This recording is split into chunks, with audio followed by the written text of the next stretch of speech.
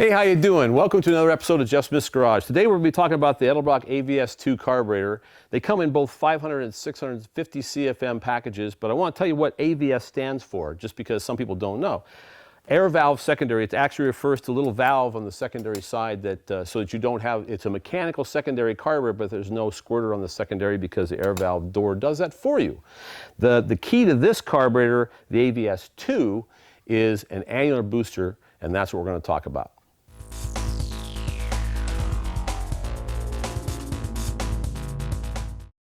So AVS2 is a little bit different, and they've changed the booster design on this carburetor, and they've gone to an annular discharge booster. We'll get into that in a minute, but I want to give you some of the other features in this carburetor because it's really very cool. I think this is one of the more simply adjustable street carburetors on the market today.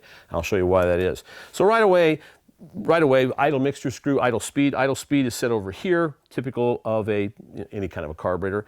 What makes it a little bit easier is idle mixture screws are right there in front, real simple to do, really simple to access.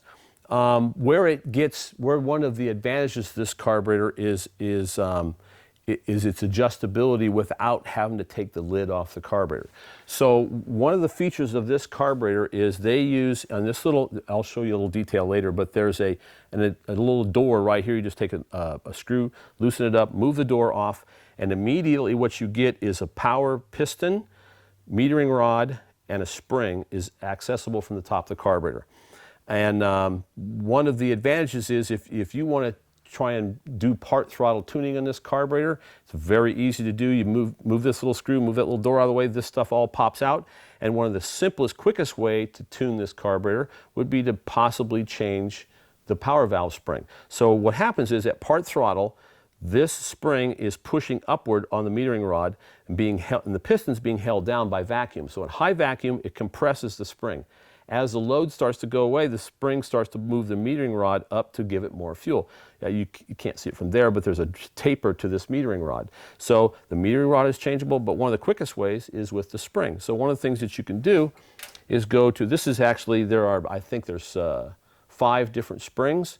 This is the middle placed one, this is the orange spring. So if you wanted to do a slightly lighter spring, which would be, I think, the yellow spring, it will hold the metering rod in the jet a little bit longer as the load increases, and it allows you to improve your fuel mileage. We had a situation, a friend of mine called me up one day and he says, I've got this small block in with I think a 273 gear, and he likes to drive fast on the freeway and go along long trips, and he said, the fuel mileage is just killing me. What can I do? And I said, well, try changing this little spring. Get a tune-up kit from Edelbrock and try and change the spring. We went from the orange spring to a yellow spring, and he was in, how heavy his foot is, he was in single-digit fuel mileage on a small block Chevy going down the road about 80, 85 miles an hour.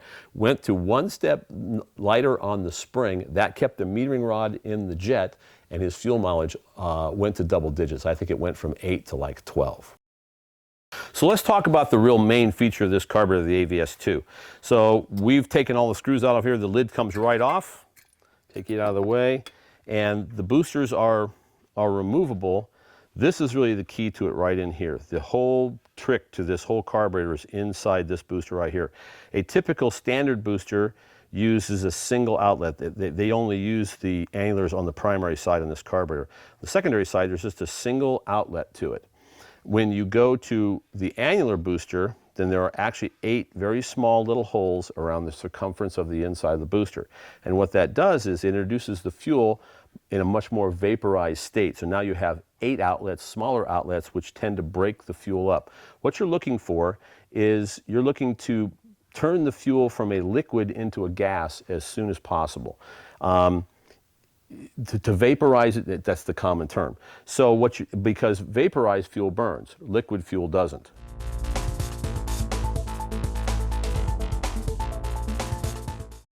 So the test I wanted to do was, I had one of these carburetors on a small block Chevy with a 4L60E behind it. And what we decided to do was we had a standard, typical Holley carburetor on there, and I just judged throttle opening based on the TPS. And at light throttle, it tended to accelerate like you would normally away from a stoplight, no burning the tires or anything, about 8 to 10% of throttle opening. And then I changed, and all I did was bolt on an AVS2, set the idle mixture screws, and set the idle speed so it was the same as the previous carburetor, went out and drove it around and looked at it. And essentially what was happening was we were going from, let's say, from 8 to 10% throttle opening to 8 to 6% throttle opening. So if you think, well, that doesn't sound like very much. But in reality, if we're going from 10% throttle opening to 8% throttle opening at the same acceleration rate, that's a 20% reduction in the throttle position. So what was happening is, the thing was much crisper. And you'll notice this, you bolt one of these carburetors on the very first time you drop the thing in gear and touch the throttle, you will feel it. It's almost like it's a fuel-injected car. We did another test a long time ago on annular boosters versus standard drop leg boosters, and what we saw was typical. We loaded an engine at 1,000 RPM out at Kenny Duttweiler's shop. And at 1,000 RPM, the engine wasn't very happy with a standard booster style carburetor. Then we went to an annular booster. We picked up 90 foot-pounds of torque at 1,000 RPM. And that was all because it was vaporizing, it was conditioning the fuel better. So what was happening was, we didn't change the amount of fuel, we just changed the way it was introduced into the engine.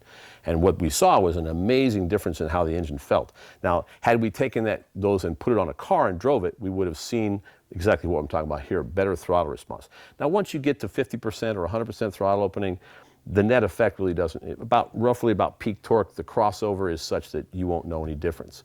But since your typical street car is driven 98% of the time, unless you're some crazed maniac, you're going to drive around roughly 98% of the time at under 20% throttle opening. That's where this carburetor really shines. And that's why it's a good style.